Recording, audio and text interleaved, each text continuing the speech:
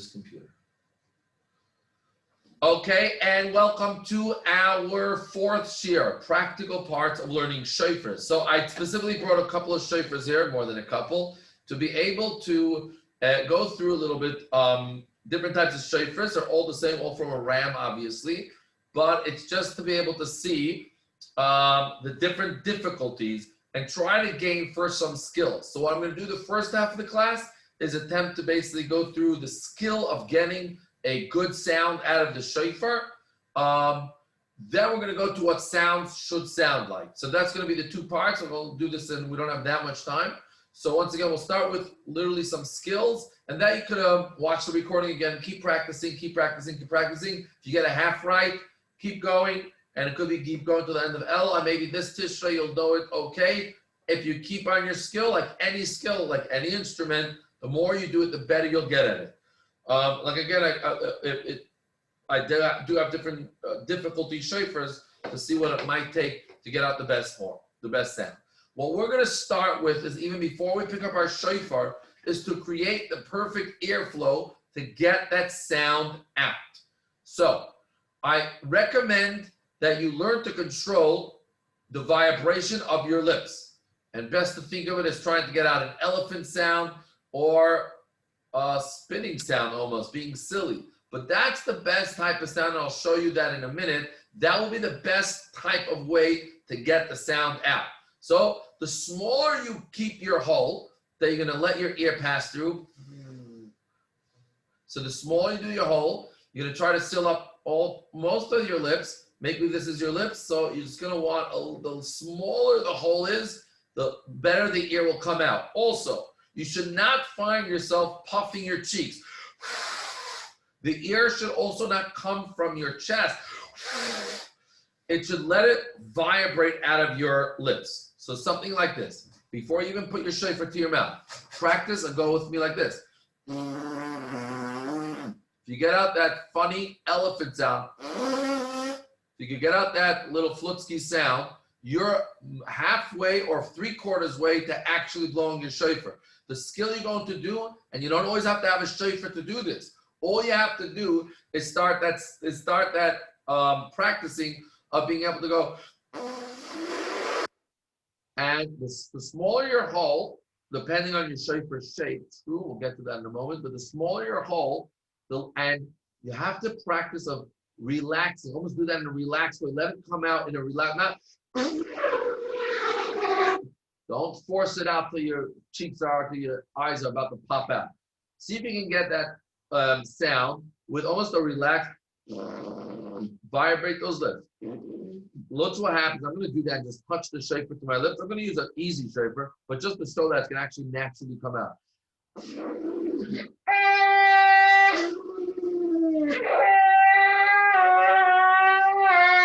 Now, this is one of my easiest shofars. Unfortunately, we discovered this year, and it's very tekiah. I said I would show it to you last time, and I couldn't find it, but there's a big crack right here. And is that kosher right now? My shofar kosher. It's a lot more than, I got a lot more. No. It's not kosher. It's actually down. This is where the crack is. So I'll see if you can see it. Kind of get it closer to the camera. But this would be one of those cracks that, unfortunately, my son was very devastated. But it will render this whole shofar not kosher. You could see really where that crack ends. So my only hope right now, do I have a hope? See, you can see literally. If you cut it off. Yeah, so because I do have more than 8 centimeters, it does help me that if I snip this whole thing, if I'm scared, it is still devastating, because I'm pretty sure once I cut it, it's going to be a much more difficult shofar. There might be hope because the main pipeline over here is still pretty good. But it might, if it's a professional cutter, it might still look pretty okay. Regardless, so this is quite an easy shofar. But look. So if we can get that, and this is a skill. It is a skill, especially I'm sure Menachem, not Menachem, but if we have, I remember when Shimi Weinbaum came in, you guys helped out some of you with that whole drumming thing, and Beryl Wolf, I see, so he did the trumpet part, so he'd probably be pretty good at it, because that's part of the way to get air out of a trumpet. Now, I know in the cartoons you see the trumpet guy with a hat with two cute little rosy cheeks, and his cheeks are, but that's not the way you blow a trumpet. It's getting that vibration out of your lips, and don't be afraid to keep trying to practice this. And the calmer you are, you don't need to blow that your whole ear off.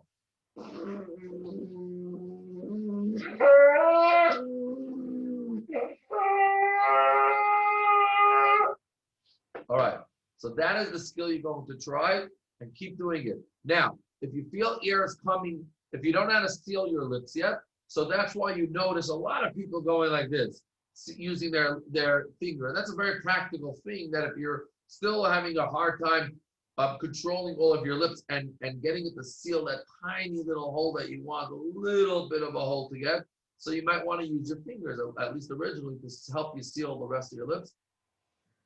And see, the best is obviously if you have to learn on your right side. Baruch Hashem, I've learned on my right side. And if you remember in the test, the question is the best way to hold the shofar. So you see the shofar is pointing upward. My first shofar from that I ever bought with Mivtza was, I love. It's got that point up, pointing the right way. I get it put on my right. So if you notice, I do have a little bit of fluffy cheeks, but they're not really puffing up. Watch.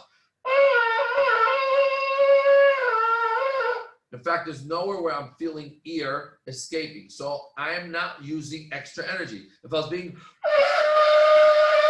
if I'm getting that, there's a lot of ear going all over the place. I'm losing a lot of ear. I'm starting to hurt myself, and I'm using a lot more energy than I need. Of course, just naturally, the straighter your trachea is, the straighter you are, it's going to be a bit easier. But the main skill, again, is trying to vibrate a sound out of your lips in a calm way. Now keep trying to do it until you get it. And by the way, I used to I tell my kids to do that. Even my little kids, I tell them just go, even if you don't know how to do right, at least start with that type of sound. And then see if you can get that shofar onto where that little space is in your lips. And once you get that, you'll get maybe your first sound, you get excited, then you might fail a bit. Keep trying again. Let's move on to a much more difficult. I'm going to move on to much more difficult shofar. Fact of the matter is, most of you boys are going to have this shofar this year, because obviously we had to Kanai Nahara we had Baruch Hashem over 60 boys signed up. It's a lot of shofars, so I have to go to multiple stores even to get multiple sizes. So the shofars, I'm going to admit, of course, I'm not. Rabbi. But the good news is, if you master this year's shofar, you have mastered. You're in a very good space, because once you upgrade your shofar when you get a little bit older, yes. Someone had a question. Are we going to need according to the government, when we go on Mivtza, if we do, are we going to need to put coverings on the ends of our shofars? Our protocol is being worked on. Bez Hashem, I think the final announcement is going to be on Tuesday. We're all waiting to see. So let's see how that goes. Good question. Okay. Now, Menachem, what do you do if you don't have a shofar and you signed up for one? If you sign up for one, then either because you didn't take the test yet, or because I answered you and you put in the wrong email, so the test never got to you. So if you have any questions, all you have to do is write to me, menachem@chabadiyut.org, and we'll be able to get to that. Now let me try a much harder shofar. It's going to be much harder. So you'll see the sound is going to be quite different, not as smooth, not as pretty, but nonetheless kosher. What type of sound is not kosher? Anyone knows? Flow, not like sound. Spitting. Effectively, any sound is kosher. So long as it's not ear, that's not a sound. Oh, so long as it's not ear, if you're having a really crackly sound, if you are getting a sound out, that's pretty horrible. But if you're getting a sound out, there's no parameters, there's no categories to a kosher sound, so long as it's not just ear. So let me try in a harder shofar. I'm going to be a little bit more careful, and I'm not going to force. The less I force, if I can let that ear come out smoothly through that hole, the less I force, the easier it will be, and it's going to really work. If you go with but if I go with full force, then I'll get somewhere. No. Beryl, am I correct? Yeah, the harder you try, yeah. Say that. No, tell us your little trumpet experience. Now that we have a trumpet blower, I'm serious. I don't Those know. 3 simple, like, ABC of trumpeting. I don't know. Like, don't try too hard because then it just explodes. Kind of. Beryl, that is not A. You need to start with A, B, C. Ask especially A. I didn't ask, I was speaking to Beryl. Okay, so don't try too hard. In fact, if you try too hard, it's not going to work. So let me try a fairly difficult shofar, a typical one that you guys have, and let's try that. So I'm actually not trying hard at all. I'm getting a smooth, kosher sound, not a brilliant sound, very low. And sometimes I like to use these in hospitals. When I go to old age homes, and sometimes I struggle to make a low sound. If someone's like, if it's an old age or whatever, all I'm doing is, I'm really not using any energy here.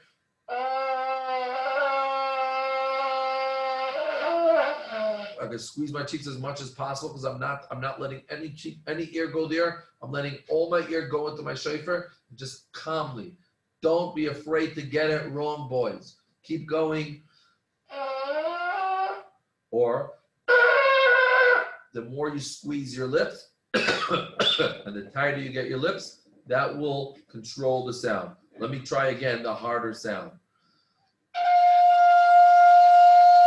I'm going to use a lot more energy here because I don't get a lot of ear space, and obviously the longer your shofar is, the better it will be. So, but I'm still getting not a bad sound, right?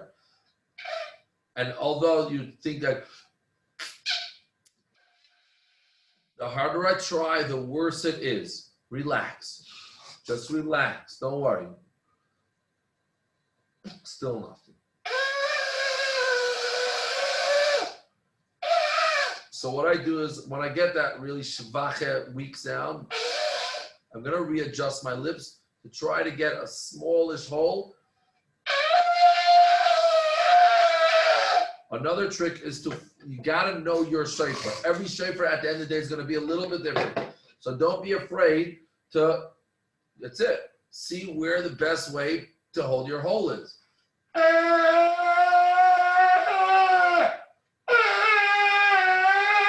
Sometimes never put it in your mouth. Don't put it in your mouth. It's supposed to be just touching your lips. If you remember, we learned that it's got to touch your lips, but that's all it needs to do. Doesn't need to be inside your mouth. However, you got to learn your shofar, your holes, your shofar. That will all be all these variables on its shape, the way the shaped actual shofar hole is. That's very, very different. You got teardrop shapes, you got circle shapes, you got oval shapes. You really come in all different shapes depending on just the natural way it did it and how the shofar cutter did it. So you get almost a diamond shape sometimes, depending on your hole. So just get used to it and just turn it around a bit, and you might get them all of a sudden where you were struggling. All of a sudden you might realize that, hey, actually pretty good.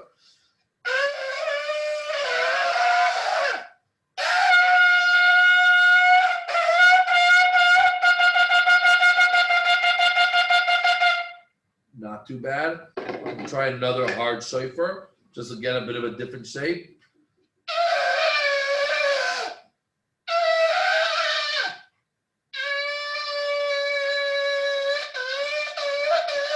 Very shvach, but totally kosher sound.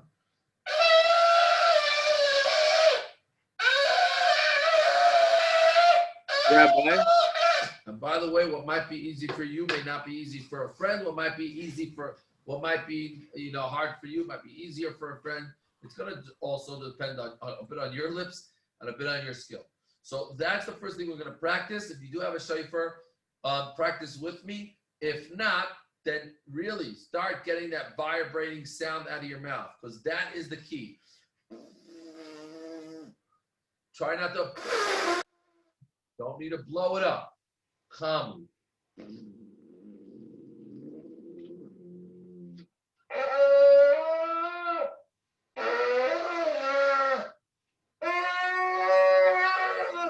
Notice I keep readjusting my lips because I just want to feel the way the hole is.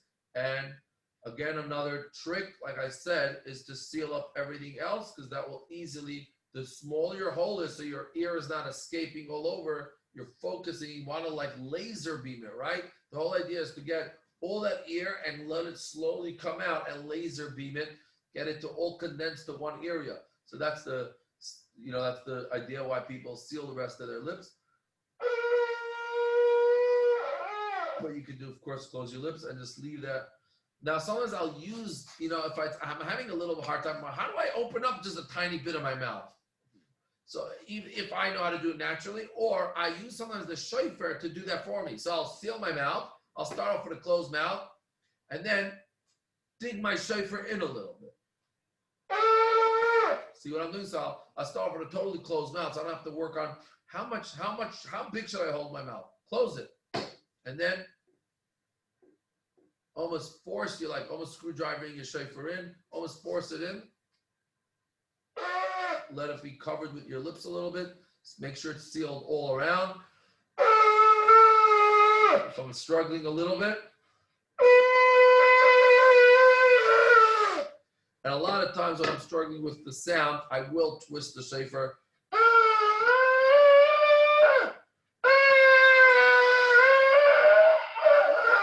See, that will all make a difference. So depending if you even if I come across a new shofar I never blown before, I'm struggling. So I'll usually I'll close my mouth, fit it in, keep everything sealed. So I'll start almost tightening my mouth around it.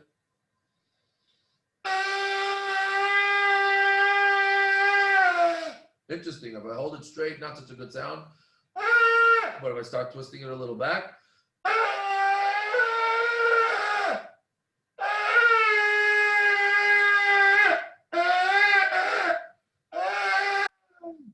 so based on that, I'll start fiddling around with it.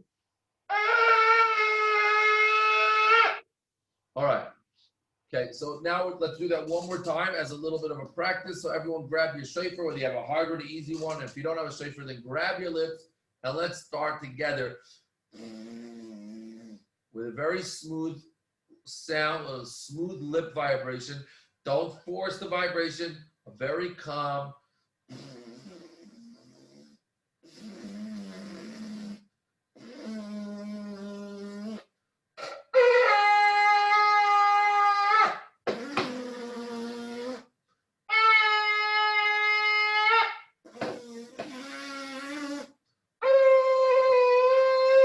Sorry, the harder ones will be a little bit more difficult.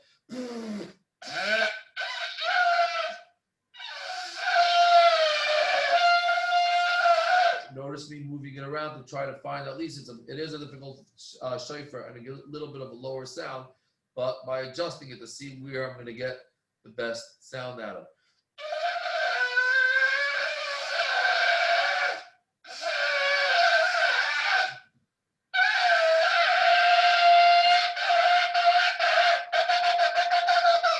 Difficult, but kosher nonetheless. Let's try this. And I have one of those and it works perfectly fine for me. Yeah, also just depends, like I said, it really will depend on tiny things. Like two shofars can look exactly the same almost, and just the shape, the way they made the hole, the way the hole goes. Tiny drop extra in the hole. How much they cleared it.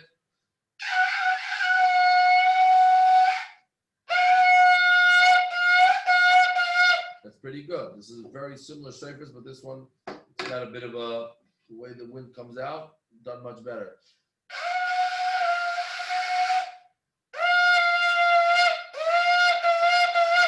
Not bad.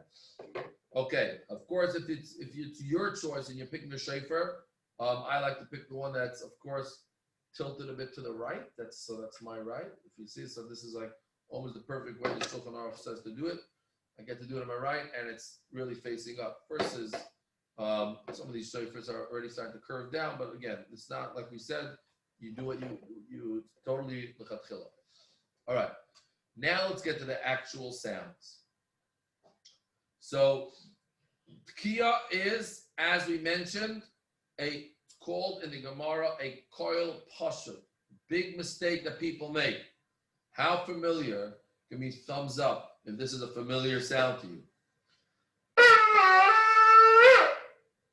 As a tekiah, give me thumbs up that, right? It's a wrong sound. Now, it's technically kosher, but definitely not the way the Gemara describes it. The Gemara describes it as a koil pashut, a simple sound. In the Rebbe, you heard it very beautifully and very obvious. I thought it was just an evidence. I actually was watching. Also, I want to see what other people on YouTube have to say. So it is. But that's like very hard. What? When you cut it off, it's almost automatic takes you out. It takes you that extra snatch at the end. It's almost a natural way to end up because either you're like doing your last thrust, but I think it's something that we're used to and it's something that comes out natural. It's the wrong. I'm saying wrong that it's still kosher. Don't worry. But if you're training yourself, you do a koil pashut. And it's very interesting. I thought it was just one of the things that we do. But I saw this guy on YouTube. If you're going to, you're welcome to look on YouTube as well. Different people, make sure you're watching a Fruma Yid and not some guy hacked in China. But this guy also made mention that he said, and I was surprised because he looked like to me a Veltish Yid, and he said that, people go like this. It's wrong. It's a koil pashut, and a tekiah goes like this. How did I do it? How did I do it so smooth? Almost, how do you end up? How do you land this tekiah? It's almost natural. You just stop blowing. Take the Shofar out also. You stop. I know, it's hard to just stop blowing. What I do is I will stick my tongue and block my whole earway, and you'll get a smooth, good finish. Because it's very hard to just stop blowing. Like you have to end off the way your ear But works. how do you manage to go to Shevarim then? Wait. Why don't you put your tongue in front of your earway? Once you put your tongue in front of your... One at a time. Well, you take your breath anyhow. We're going to start. Once you put in... We're going to start with our tekiah, and the tekiah is going to be, I'm going to let it go until I'm going to stop it with my tongue, and you get a good short stop. I don't know a better way to do it. I don't know a more practical way, because otherwise it's hard to end a breath with a short stop. So I don't know how to do it. Just stop blowing.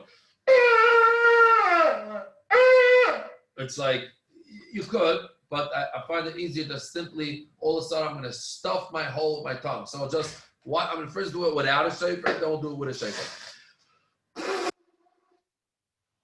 You see, all of a sudden, I just put my tongue there.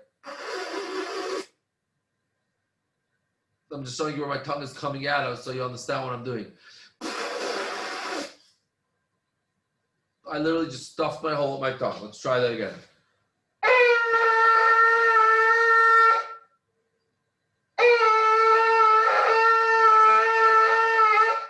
The Rebbe's tekiahs, I vaguely remember. I mean, I would think I remembered because I was there, but I always heard those tunes. But I was quite young, but still people that are around that mimic it quite well, like the Baltakayan 770. And my father, I think, we used to stand literally right under the Rebbe. It was something so, I can't describe it, so pleasant, so real, almost like the real cries, a real yearning. So those tekiahs, not, sorry. It's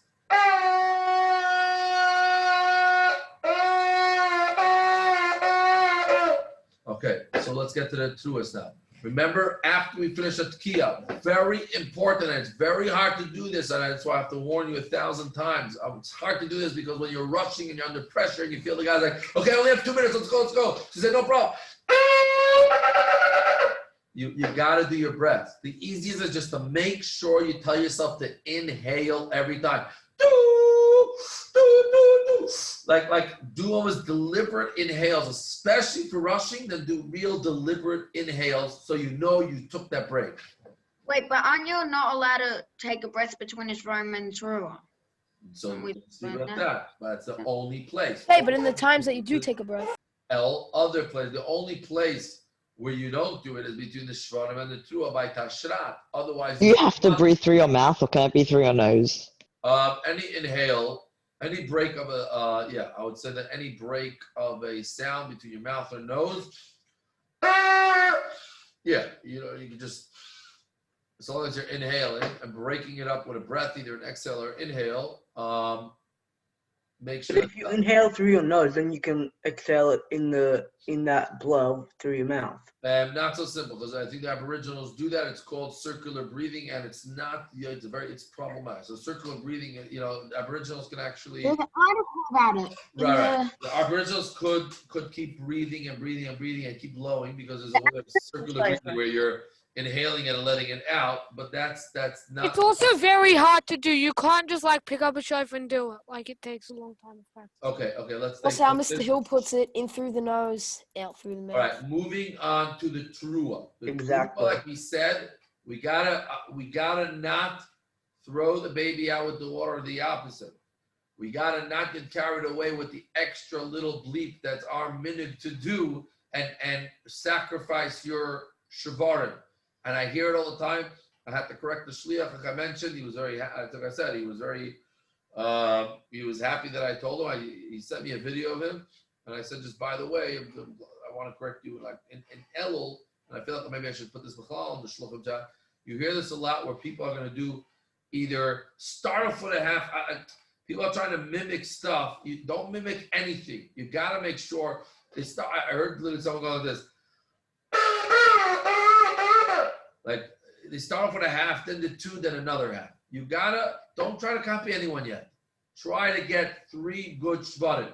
Some people do it there's different ways to do it. The Velt does it like, either you can do, I think the Velt does it like that, but don't forget, some sound to me way too short. Like some of these things that I watch, I don't know how they do it because that's the size, definitely the size of the Rebbe's teruahs. The Rebbe's teruahs are quite slow and deliberate. Like a teruah's got to be under, right? It's got to be almost 3. Shever, it's got to be like 3 teruahs. All right. How long does the tekiah have to be? So I told you it's 18 moments, but 18 moments is really not more than 4 to 5 real seconds. When certain like poskim or achronim or current poskim try to put it in the amount of seconds, they'll tell you 4 to 6. Because look, someone count loud till 4 Mississippi. Who wants to do that? I'll count till 18. I'll show you. Okay, some volunteer. 1 Mississippi. Wait. 2.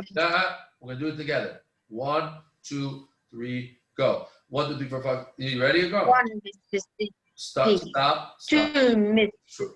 Only one person more can time. talk at a time on Zoom. I know. Okay, it's a bit. So you start. Okay, it's gonna be a bit open. I'll just show you. 1, 2, 3. Okay, start.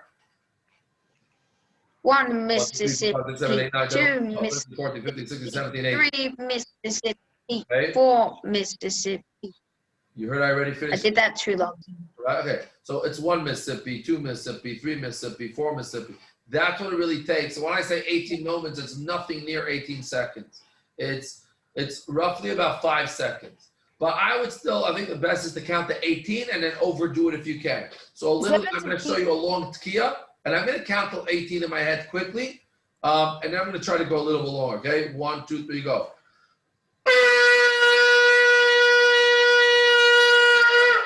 That's way past 18 where I count quickly 18 in my head. Or you do count till a good slow 4 to 5 seconds. Those tekiyahs are your first. That's Tashrat? The Tashrat ones have to be that long. Otherwise, I do mine like be much longer. literally about 3 seconds. Can you add lengths? Like if you want, like it's kind of hard to count. You can keep going. The only thing Malcolm, if I were to be If you purchasing add my more- own chauffeur, do you think that a called Judaica web store is a good place to get from or no? I don't know. A sefer has to be with a hashgacha. I don't know what's online. I have no idea. Especially If you add it It's got to it, hashgacha. I'll tell you who the hashgacha is by. it's one of them. It's got hashgacha right here. Lema, just go to Chai Books. They have very nice shofars. You could even get ones with design. Rabbi? Yeah, but I'm not willing to pay $1 bajillion for a chauffeur. I paid $50 for this. I've had it for 3 This wasn't a years. sefer market. Let's get back to our teruahs. Rabbi, if you add teruahs, does that mean your tekiah has to be longer? If you No. add more than 9 teruahs? No. So it has to be just the length, Shevarim, and It 9 has to be the teruahs. minimum length. So it's got nine teruahs long, roughly about, let's say, 3 to 3 seconds, versus about, let's say, 4 to 5, 2-3 seconds. So let's say, yeah, a good 2.5 long seconds. The hashgacha is by Rabbi Aryeh Levine. I have 11. Okay, I don't know. You can talk to me later. Let's stay focused. Is there meant to be some form of a pause in the Shevarim? Like, do you go do, or do you go do? No, well, there's not to be any pause. It goes, okay, so let's do the Shevarim now. So I'll tell you why. Some people just do a shever like a pashut also. That's a lot of shulls you hear it. You hear it also another one. I almost laughed the first time I heard it just because I never heard it before. I guess it sounded funny to me. I thought he was making it up, but apparently the Velt also does. The Rosh does these types, but a lot of the Velt does like this as well. I can't try this other one. It's really to woo. That's why the Rosh does it, and I was like almost cracking up. I never heard it like that, but it is a common type of teruah. But ours, the Rebbe's was such a beautiful, smooth. So let's try that now. Again, it doesn't really, they're all kosher, so long as you're doing longer than a teruah, and you're concentrating. You got to concentrate first that you counted the full 3. You got to get used to that.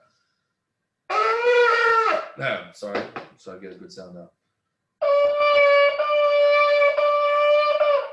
Okay. So the Shevarim is not so pashut, right? It's more of a moan. Again, it doesn't have to be exact, and I'm not saying that I do exactly. What's the point of the half shever at the end? Huh? Why do we do it? Why do we do a half shever at the end? I don't know. I should look it up. I don't know. It's a mini, it's our mini, but okay. So let's try that again.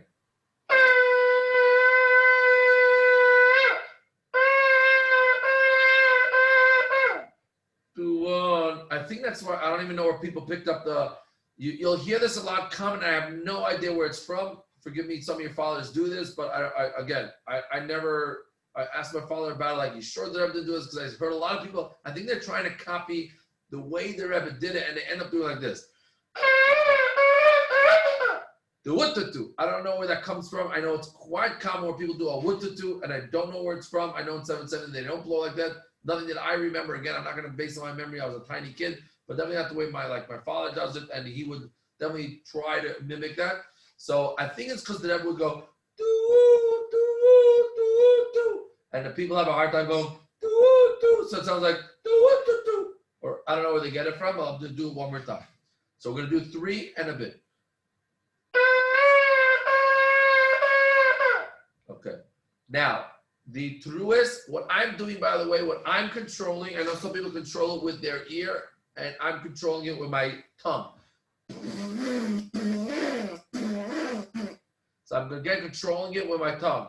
Teruah, the teruah, that's gonna be, you gotta be a little skilled with that, and then I'm gonna use my tongue for it. So I thought everyone could do this, but maybe not, because I asked someone to do it, and he had a very hard time controlling his tongue. So I'm doing that literally with my tongue. I'm going to show you what I'm doing without the noise. Look at my tongue. I'm going to show you what I'm doing. I'm going. But if you can't do that, by the way, I actually like to do, when I can, I actually like to do slower teruahs. They're a lot more similar to the Rebbe's. The Rebbe's teruahs were very deliberate and quite slow-ish relatively. This is kind of what it might sound like.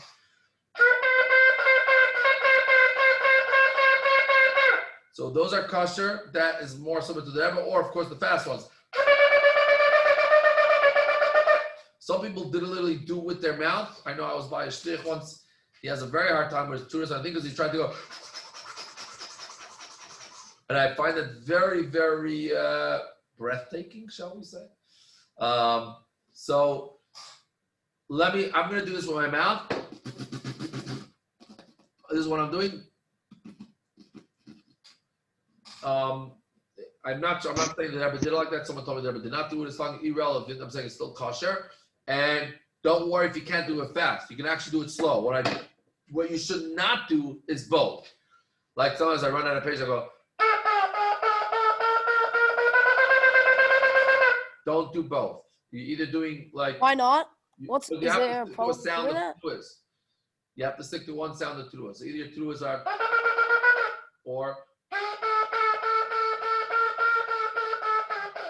Don't do both. You could do maybe both if you're doing it another round, but not like start off with a slow and then go fast, because you're right. It's almost sounding like different sounds. So let's try. Rabbi, Yeah. are you allowed to stop it with your mouth? Is that kosher? You Yeah, stop yeah. it with So your long ear? as it's a broken sound, technically anything is kosher. I don't know if this is true.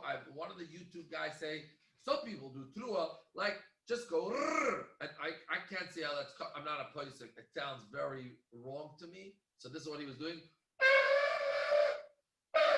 He's like going. I'm putting a shaper there.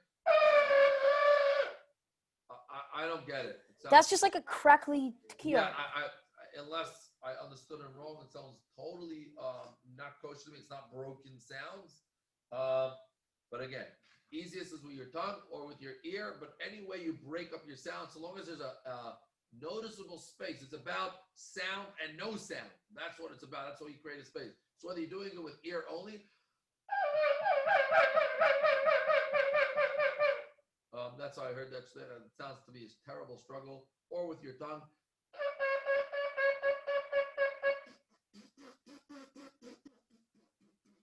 Now, however you might want to do that, Rabbi, don't be afraid to what fail. is- The ones, right? Those who are successful or the ones that were willing to fail. Don't worry. Keep going at it. Keep trying. Keep skilling. You'll realize that you may have more control over your tongue and lips than you realize. It might take time because you have to get a feeling. You never paid attention to your lips and tongue. You never realized, you may have not realized how much control you actually have. You have a lot of muscle there, and we just don't use it. So we're like, I asked someone to do that. He's like,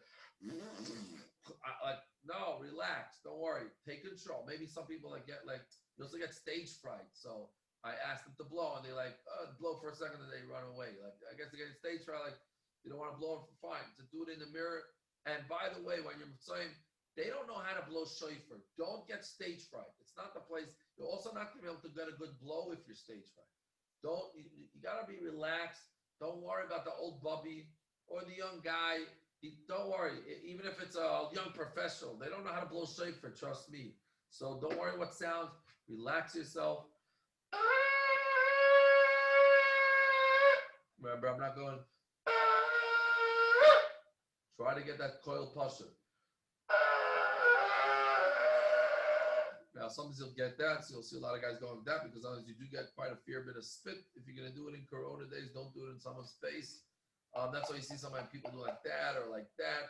But sometimes it can get a bit wet, and that's why a lot of Baal tekiah, you'll notice, they'll bring multiple shofars. Like a real Baal tekiah in a shul is going to bring sometimes three, even 3-4 shofars. They'll always use all the shofars when they make the bracha because you want to have all the mitzvahs in front of you. Regardless, and I'm saying we usually don't have the luxury to do that, and I don't think you do. What you should do is probably clear it out between blows because it can't get quite full of saliva. And it's going to start playing it. So you can't do that. Get out your saliva, give it a little shake and a bake, and then.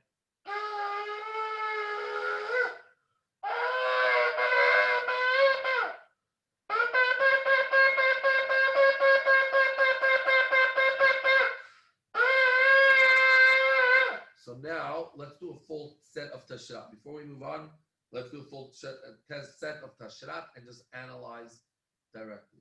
Right. One Rabbi, question. sorry. Yeah. Rabbi. I've heard a lot of people who say that, I think my father himself does this, that they do the toughshin ratio or the toughshin, tekiah, tekiah, whatever, and then they make the last tekiah equal to everything else in that bother. So as in tekiah, trouah, and the second tekiah is equal to the whole tekiah, trouah. Maybe. You think so? That?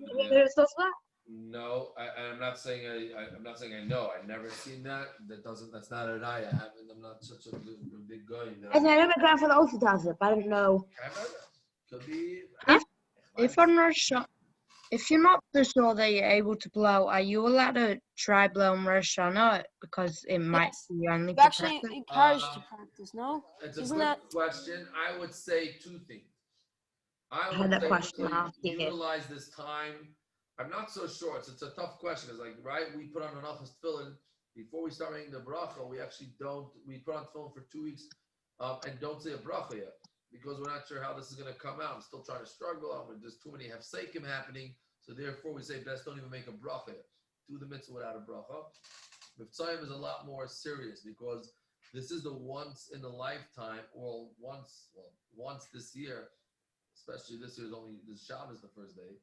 So everyone's going to automatically be Yaitza. At least this year, everyone's going to be Yaitza the first day. But as we know, according to Chassidus, that the thing is accomplished on through Shabbos. But this is when his encounter with you is going to be he's definitely not right. If he hasn't heard Shofar, he's definitely not going to find 5 people. Oh, maybe he wasn't brought up in like brisker that he's going to have it. Maybe the guy before wasn't Mivtza. He has no idea, right? So you need to make sure you give your best shot. So if you're in doubt, first of all, you've got to use this next 12 days to practice. Make your family mashug until they kick you out of the house, and then say, sorry, there's a curfew, and if you want to kick me out, I can only go out for an hour, but then I have to blow Shofar back inside. Okay. Number 2. I'm also saying in terms of like that you're not able to blow on Rosh Hashanah for practicing. Because like you can't blow on Rosh Hashanah for practicing if over mitzvah. So is that considered practicing? But hopefully don't be practicing on Rosh Hashanah. But hopefully hopefully you know that you can get some sounds out. And then, of course, go with a chavrusa that between the two of you, not that between you both have 2 left legs. But maybe even get like an older person that doesn't have a shofar but does know how to blow. Yeah, but I hope you both between the 2 of you have 2 left legs. Sorry? I hope between the 2 of you have 2 left legs. Okay, let's go back then. So let's. Rabbi, I've got a question. Where did it come from that when people are having difficulty blowing, they go like that? Like difficulty blowing, not because there's saliva. First some things are just at the butter goylo, right? Because people are goylo, because the next guy did it. So I did a minute up. Before we know it, they're gonna soon have a sefer minhagim, noyagim to hack your hand 3 times between each set. So you can have some hack the chinik, some in hugging. They say this lady would always cut off the 2 edges of the meat, and her husband always asks, "Why you throw out the 2 edges of the meat?" She says, "No, our family minig we always cut the 2 edges of the meat." Why? I don't know. Ask his mother. Why do we cut off that's what Bobby always did. Bobby, why did you cut off the 2 edges of the meat? Because our pans used to be small, it didn't fit. Shkoyach. That became the family minig. So you do need a source for a minig. So why people do that? I'm telling you, the only reason that would be an issue. Yeah, I do watch people sometimes. They don't know how to blow shofar, and they think somehow if they hack it into their hand, I don't know, maybe the different micro equations that's growing on their hand is going to help them. No, your pasha literally you can hear it when there's saliva in your shofar. If you're struggling, it ain't going to help you. Whatever you do, they're mimicking struggling. But you only do that if you can hear the saliva in the shofar and you're trying to literally get it out. It's a very physical thing you're trying to do. And if you haven't blown shofar, you're up to your second tekiah and you're doing that already. Okay, so let's begin again. We're going to go I'm going to count till 18. Like, I guess not speeding if I can, because I want to get a good first tekiah. So let's do our first tashrat. You're welcome all to join me if you're on mute.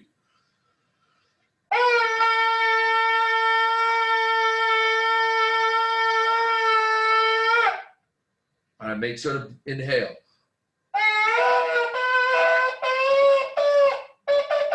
So I paused. I made my 3 Shevarim. I paused, but made sure no inhaling.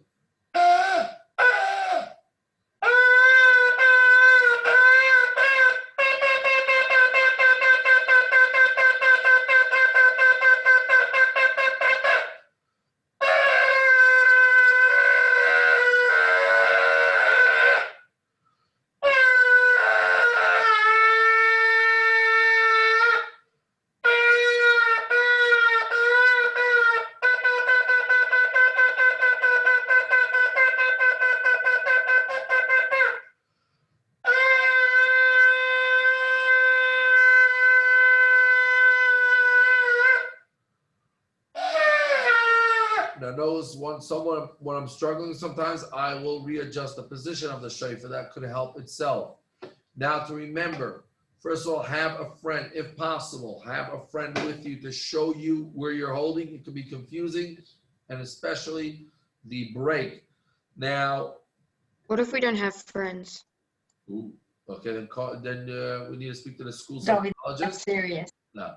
Okay, so if you don't have a friend To with Mrs. you, Davis. so that's why we also made the Mivtzoyim card. Now, if you don't have the Mivtzoyim card, simply take a machzor with you.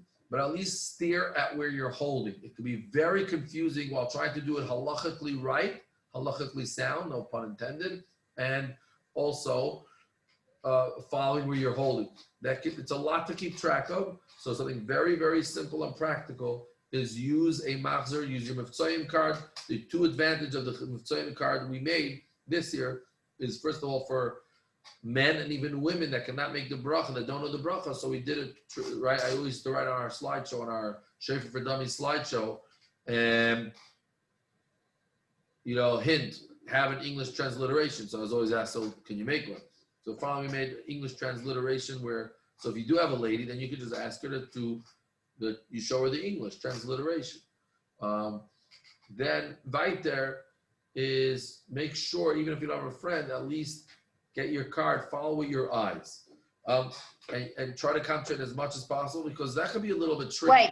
Wait, you're allowed to say it in English? What? If a person can't say it, a lady English transliteration. Transliteration means I it's don't get English letters with Hebrew. It's yeah. Baruch Atah. Now, most Jews will has encountered a bracha before, so they should be able to start it. At least everyone knows Hamotzi, right? Hadzik Ner Shel Shabbat. I was like, at least even the Reform public schools, at least they know Hamotzi. I remember going on Mivtza Lulav. We went to all these different schools, even to Reform. I'm like, it's snack time. We thank Hashem. We used to make this song, and every time we went somewhere, because it became the theme song of that year. We thank Hashem for the ice cream we eat. Hamotzi lechem min haaretz. Whatever they were eating was hamotzi there, hamotzi left, and hamotzi right. So that whole Yom Tov, we were like, we thank Hashem for the water we drink. Hamotzi lechem min. Okay, sorry. But the nekuda is everyone's accounted a bracha. They should be able to start off. With our last 5 minutes, let us continue the sound. So I will say this: if you're having a hard time pausing and breathing, you can go. The Rebbe seemed to pause very little bit in between the Shevarim and the teruah of Tashrat. So I would say try to pause, but sometimes it's you have an urge to breathe. Watch.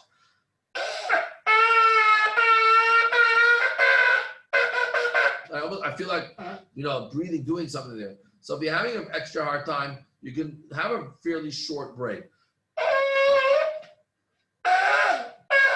Sorry, switch up this one.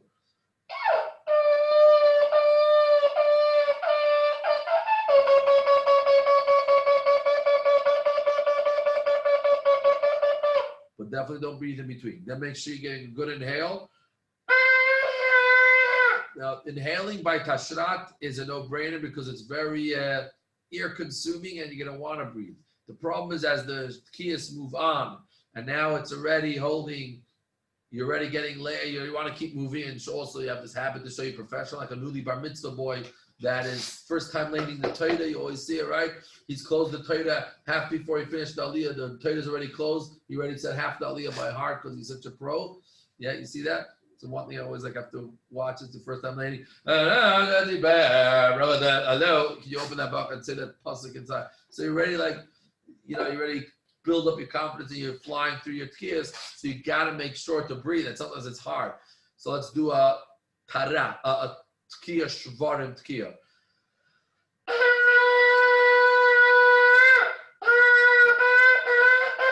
No, sorry. See, I messed up, and that would have been what would happen. I would have to. What do I have to redo? I'm holding tashat.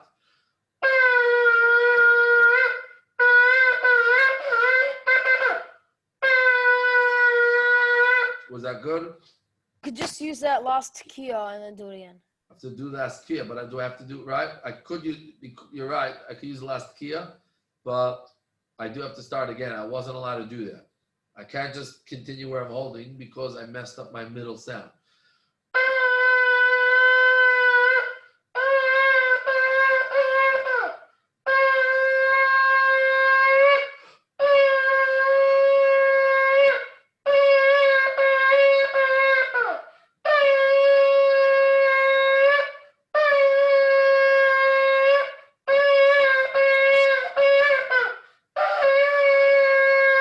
Now, it's common that I just keep going and I do a fourth. What happens if I do a fourth tashat?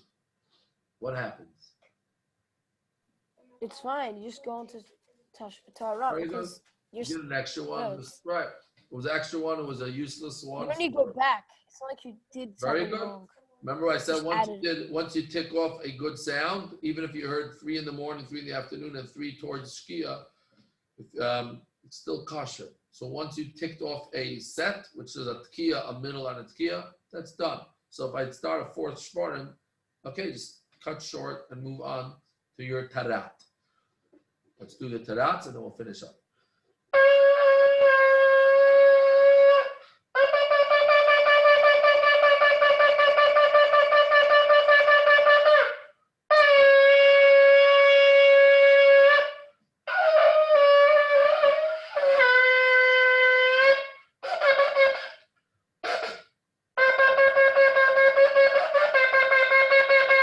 Notice again, when I'm struggling to get out a good sound, whether it's because I'm starting to lose breath or the saliva is starting or whatever's going on. So sometimes a small adjustment could be the difference.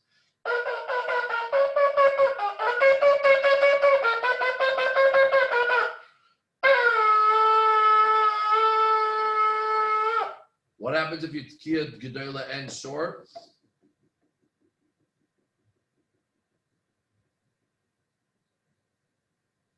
Well, it depends. If you're like one of those people that try to do Allowed it, huh? 13 Well, hours, yeah, it so it's doesn't matter. fine. Obviously, if you're doing a short tekiah, so it's a tekiah,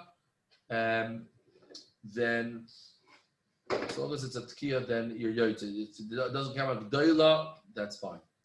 All right, boys. Thanks so much. Also, Next. Rabbi, if you breathe, let's say you're doing tarat and you breathe, like you're having difficulty doing the teruah, so you breathe and you start the teruah again. Do you need to go back to tekiah? Because once you've breathed, is it like you're already moved? Okay, so on to who that remembers sound? the answer? Good question. So I started teruah, I'm out of breath. Now I breath and I start teruah again. Do I need to now start my tekiah again or not, and why? Who remembers the logic? Yeah, because although you have 2 truahs, you have 2 sets of truahs, you only have, there's a break between that and the tekiah. So even if whether you do the first one or the second one, it's always going to be a break, and if you have to go back to the beginning. Any other suggestions? Well, I think I just wanted a clarification, but I think that once you're breathing, it's already like you're ending the tekiah. So it's not like you made a mistake in the middle and you just go back. Once you're taking a breath, you've like already. Okay, so we said it makes a ended difference. It makes a big difference. If you started a different sound, so here's the logic in the middle. And I responded, a lot of boys got a little bit confused in the test over there. The logic is, if I do the correct sound inaccurately, okay? So it's the correct sound. I just did it incorrectly. Then I don't go back. It's almost like, right? Remember, I spoke about a hefsek. It's a hefsek, but let's take the logic of a bracha. When don't I need to repeat the bracha? What type of hefsek? If it's of relevance, if the conversation is of relevance, correct? Use that same logic of hefsek. So just like a bracha, if it's of relevance, so whilst it should not be done, let's say, right? So the same logic over here. If I do a sound that was correct sound, but just incorrectly, so it's like I'm still dealing with the middle. I'm still dealing with the relevant subject. So the answer is, if I start 3 teruahs and then I crack up, I don't have to do my tekiah again because I'm still working on my teruahs. It's not a hefsek, it's like a relevant hefsek. I didn't make correct teruahs. What if I finished all my teruahs and then by mistake started teruahs again? Do I have to start over? Yeah. Yes, because if it's done already, if it's checked off, then all of a sudden I'm introducing a new sound. If I did not create the correct sound yet, then that's the logic. So it was all over the test, and this is the basic logic. If I did the correct sound incorrectly, in other words, the right sound but inaccurately, so it's like I'm still busy with that sound. So if I did 2 Shevarim, I didn't breathe by Tashrat. If you remember that question by Tashrat, if I did 2 Shevarim and I didn't breathe and I started teruah right away, do I have to start a tekiah again? No, because I didn't breathe. I didn't create 2 sounds. I created the correct sound incorrectly. So I just do it again. If I did breathe, then all of a sudden I introduced a new type of sound. So if I started in Tashat and I started with a teruah, and then I wanted to go to Shevarim. I was supposed to be a Shevarim and I started a bit of a teruah. And then I realized I messed up. Could I just start blowing Shevarim? No, I introduced a new type of sound. I didn't do the right sound incorrectly. I introduced a different sound. So when is it considered an irrelevant hefsek? If I introduce the wrong sound from the wrong seder, or I already did the sound, I already did proper Shevarim, and if I start Shevarim again, now all of a sudden it's a sound from left field. I don't care if it's the same sound. I already did Shevarim. The new Shevarim don't belong here. All right? Okay, so let's, we'll do a crash course, a quick one. Will be a short year next week, a crash course, just to review everything quickly. So it's year 7 and 8. And your time is up.